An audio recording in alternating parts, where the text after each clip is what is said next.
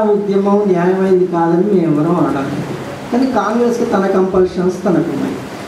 మీరు తెలంగాణ ఇచ్చే విధంగా గవర్నమెంట్ని ఎట్లా కంపెల్ చేస్తారో మీరు చెప్పండి. నేను ఒకటే మాట,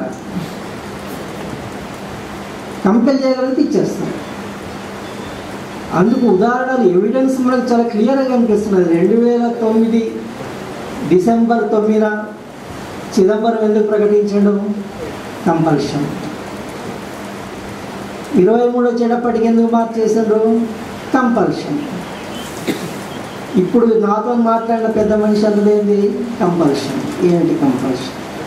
అధికారం కోరుకునే వాళ్ళు, అంబ్రెల్లా పార్టీగా వ్యవహరించేవాళ్ళు, సెంట్రిస్ట్ పార్టీగా ఉండేవాళ్ళు, స్టేటస్ కోయిస్ట్ వ్యవస్థలో ఉండేవాళ్ళు, వ్యవస్థ నడపదలుచుకున్న వాళ్ళు ఎప్పుడైనా సరే ఆ అధికారం కోసం ఏ ఎక్స్ట్రీమ్స్కైనా వెళ్తారు. లెఫ్ట్ ఎక్స్ట్రీమ్కైనా పోతారు, రైట్ ఎక్స్ట్రీమ్కైనా పోతారు. కనుక తెలంగాణ చేయగలిగింది, చేయవలసింది, సాధించుకోగలిగింది కంపల్షన్స్ను క్రియేట్ చేయడం వల్ల మాత్రమే. నిరాశ చెందవలసింది ఎంత మాత్రం లేదు. ఇటువంటి పార్టీల మాయల ఫకీర్లకు, వాళ్ళ ప్రాణాలకు, వాళ్ళ రహస్యాలకు ప్రాణం ఉన్నదంతా ఈ చిలకలోనే. కనుక అది ఏ విధంగా చేస్తారు, ఎట్లా చేస్తారు, ఇంకా ఎట్లా దీన్ని ఉధృతం చేస్తారు, అది ఎన్నికలు కాకపోవచ్చు, ఏదైనా కావచ్చు, ఎట్లా ఉధృతం చేస్తారు అనేది ఇప్పుడు తెలంగాణ వంటి సమాజం ముందున్న ప్రశ్న.